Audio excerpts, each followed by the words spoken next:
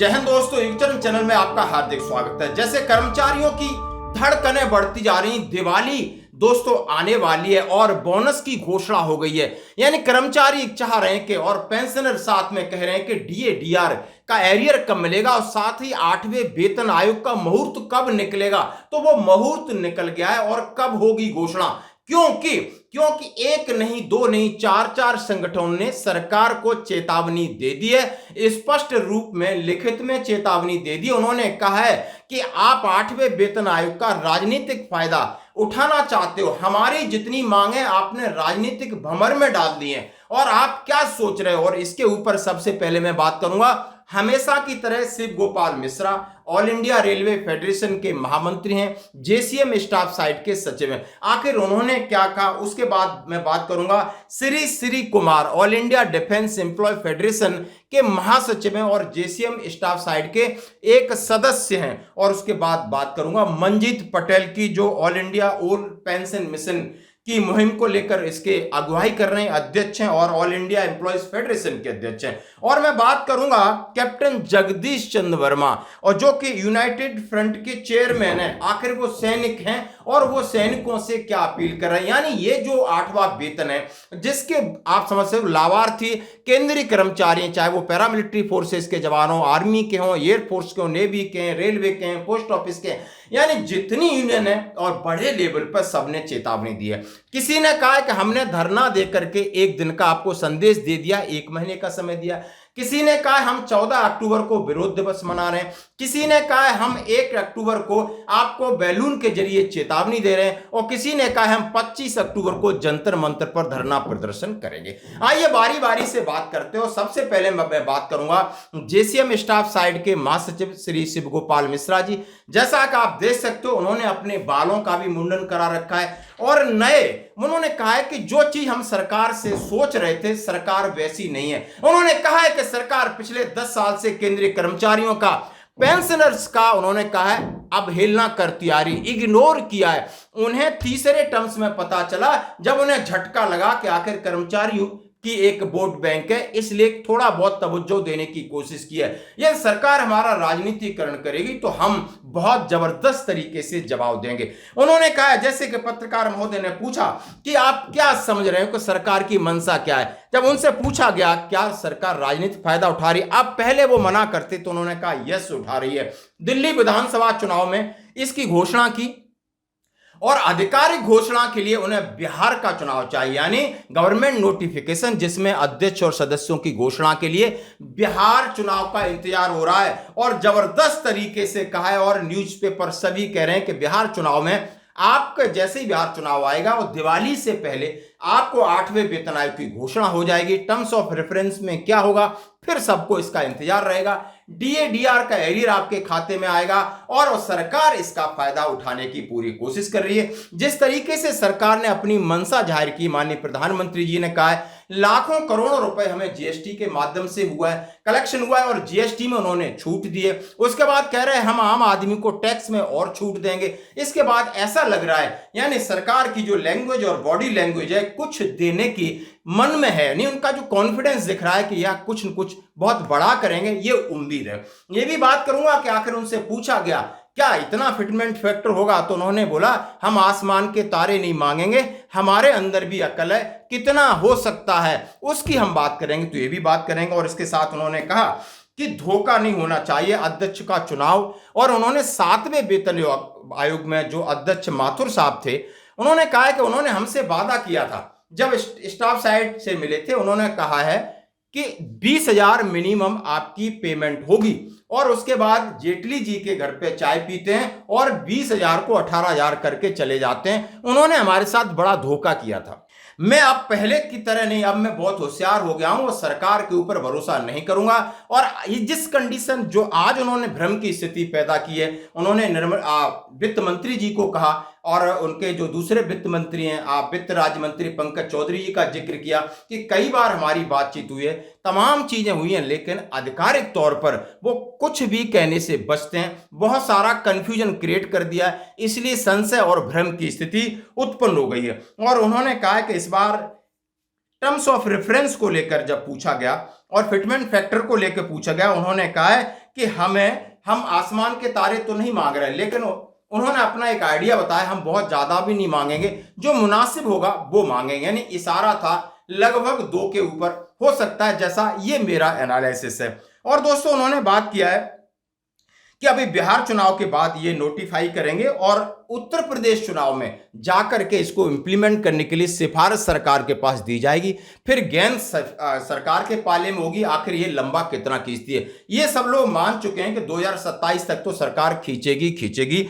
जैसा कि JCM staff side के महासचिव ने कहा। साथ ही उन्होंने कहा कि हमारे पास 8.5 लाख लोग हमने ओपीएस को लेकर इकट्ठे किए थे। अभी 8वां वेतन आयोग तो बहुत लोगों के लिए इफेक्टिव है और सब लोग मिलकर के लाखों, यानी उन्होंने कहा हम 50 लाख लोग इस देश में उतारेंगे, हड़ताल करेंगे और सरकार को सबक सिखाएंगे, दबाव बनाएंगे। साथियों, कल 19 सितंबर को आप तमाम साथियों ने देश भर में जिस तरीके से 8वें वेतन आयोग की मांग को लेकर के हर शाखा के स्तर पर जोरदार प्रदर्शन किया और 8वें वेतन आयोग को तुरंत बैठाने की भारत सरकार से मांग की, साथ इसके 19 सितंबर 1968 के शहीदों को आपने श्रद्धांजलि अर्पित की। इससे तमाम पूरा रेल कामगार जो है वो ही नहीं, देश के तमाम केंद्र सरकार के कर्मचारी, राज्य सरकार के कर्मचारी आपके इस एक्शन से विभूत हैं। मैं भी आप तमाम साथियों को हृदय से आभार व्यक्त करता हूँ। आपके अपने सारे एफिलिएटेड यूनियंस के पदाधिकारियों को, अपने तमाम जो शाखाओं के मंडल के पदाधिकारी हैं, केंद्र के पदाधिकारी हैं, अपने फेडरेशन के साथियों को बहुत बहुत बधाई देता हूँ। यानी उनके तेवर कड़े थे और कड़े तेवरों में उन्होंने सरकार की निंदा की है, बोला सरकार से हम भीख नहीं मांग रहे, ये हमारा हक है। और जब सरकार से पूछा गया कि सरकार देने में किस तरह, सरकार का देने का क्या मूड रहता है, उन्होंने इस बात को प्रूव किया।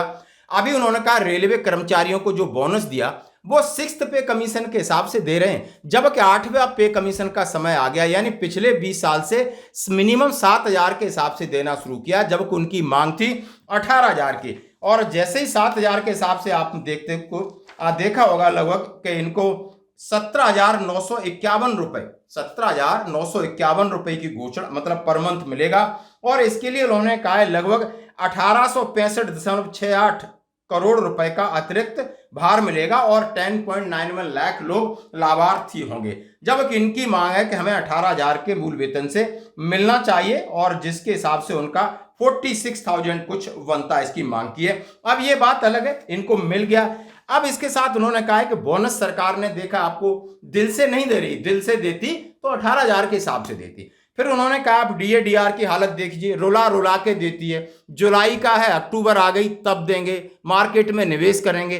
डीए-डीआर आप समझ सकते हो कि पूरी साल में सिर्फ 5% बढ़ रहा है। और उन्होंने पे कमीशन की बात की, तो आप पे कमीशन के लिए हमें कितनी जद्दोजहद करनी पड़ रही है और सरकार ने पिछले बार 14.2 बढ़ाया था, इस बार कितना बढ़ाएगी, इसलिए हमें सरकार पर भरोसा नहीं है। फिर वो पेंशन की बात की, यानी बहुत जगह उन्होंने एनपीएस, यूपीएस, ओपीएस लगा दिया है और जहां पेंशन रिवीजन की बात होती है या 60 उन्होंने कहा 5% पेंशन की बढ़ोतरी होती है, वहां भी सरकार की मंशा सही नहीं है और सरकार कर्मचारियों को इग्नोर कर रही है। जैसे कि उन्होंने उदाहरण के तौर पर बहुत सारी एग्जाम्पल उन्होंने सेट किए कि हम बड़े लंबे समय से कर्मचारियों की लड़ाई लड़ते आ रहे हैं और सरकार का रुख है वो कर्मचारियों के प्रति अच्छा नहीं है।